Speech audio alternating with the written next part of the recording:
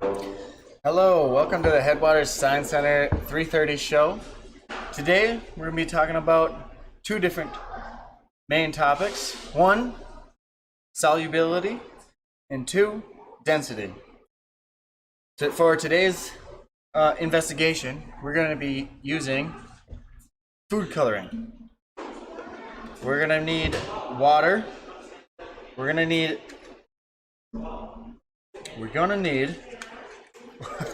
what are these called again? Alka-Seltzer. Alka-Seltzers. Yes. Or a generic brand of... Yeah, it doesn't have to be that specific one. And vegetable oil, cooking oil, any kind of oil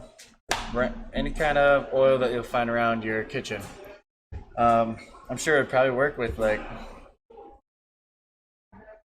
other oils, but I mean, for today, we're just going to be using that kitchen oil.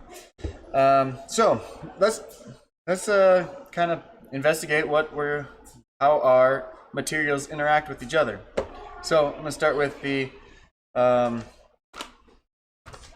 food coloring today. All right, and right here I just have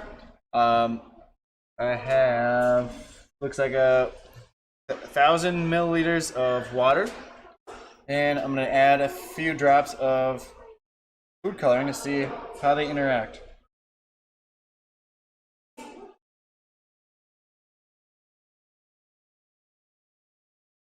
All right. So, looks like it is diffusing throughout the tube, and we can mostly kind of going towards the bottom. Yeah, we can help it out with a little stick, maybe. Maybe this stick. I don't have a stick today.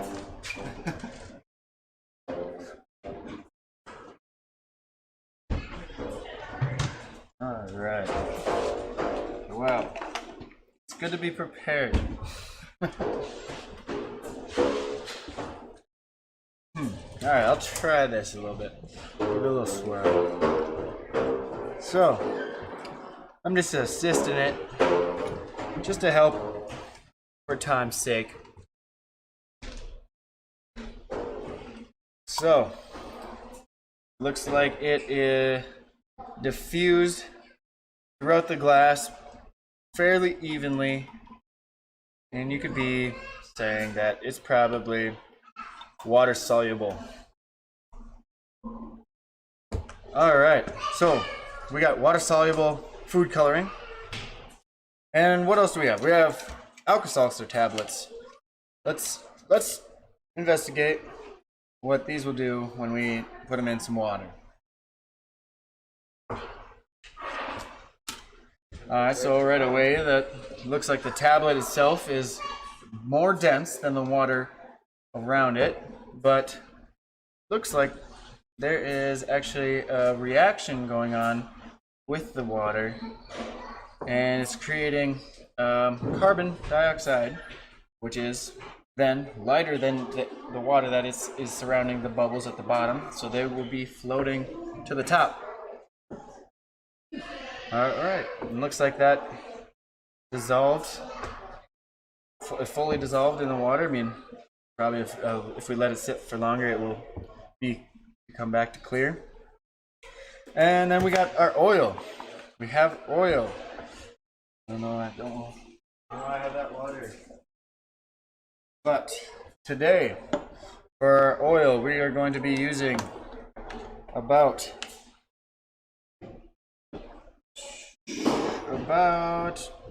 200, about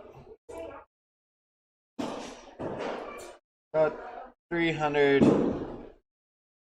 milliliters of vegetable oil, and we have our dissolved food coloring in our water. Let's add them together. Let's see how these two interact with each other. I will add about, I'd say probably, let's see what we're at now. So for our American audience out there, 300 milliliters, about a cup and a half. We're at about 100 milliliters of water now. And you can say that in this cup, in this glass, is a lot different than what happened in the last two glasses. You can see that there's a clear separation in between the blue water and our canola oil or vegetable oil. So I guess Separation, tell us. separation, basically because the oil is less dense than the water that is below it. It will stay on top of it will float on top of the water and continue to force the water below it. And so with this, I think we can make some pretty cool stuff. I think if we get our mixtures right, I think we'll be able to create a pretty cool volcano kind of, or a lava lamp kind of So effect. We saw that the Alka-Seltzer was more dense than the water because it fell into the bottom of a graduated cylinder there. So we have the oil is less dense than the water.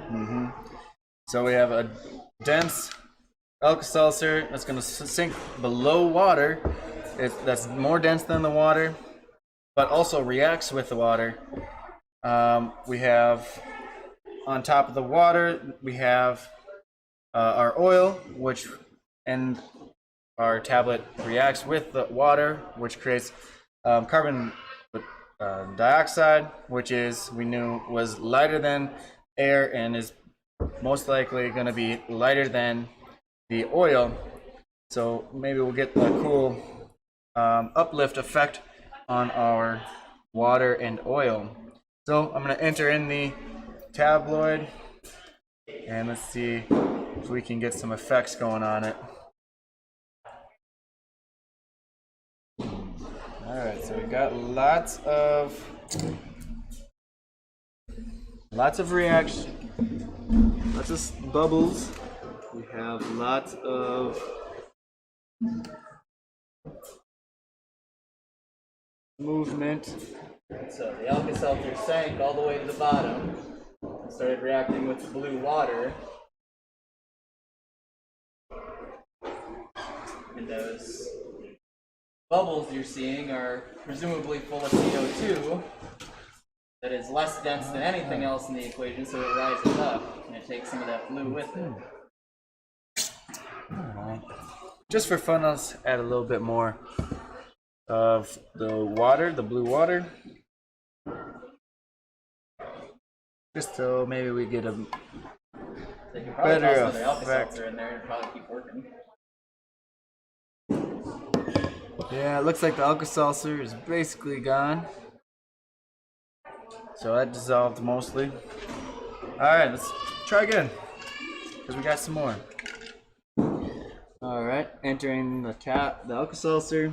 See if more water will create more bubbles.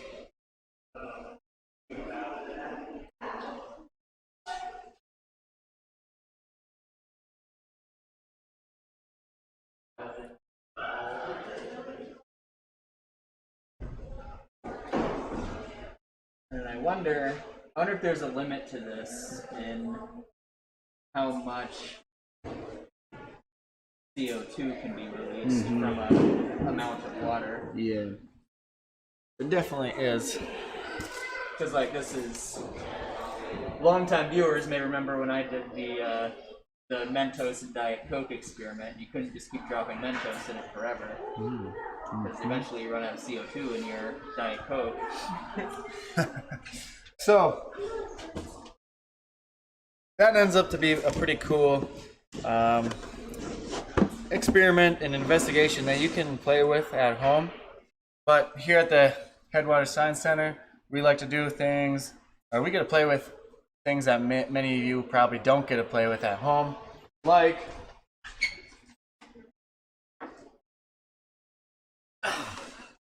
liquid nitrogen. And of course, liquid nitrogen is cooled to about negative 320, 21, 24, I think. 24 degrees Fahrenheit. So let's play around with that. Let's see how that affects our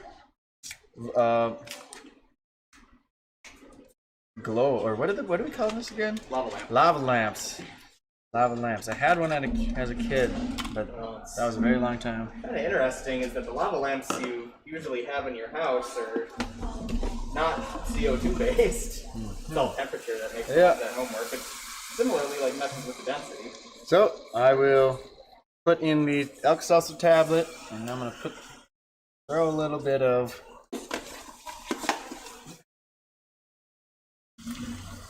liquid nitrogen in there. We do have some freezing going on the top, which could affect how much gas is being released. Never tried putting interesting oil in it. Yeah, I know. That's the fun part about science is you gotta create your own experiments, and you can learn something that you didn't even expect to learn. Yeah, it's interesting that we're getting the fog that is coming off of it too.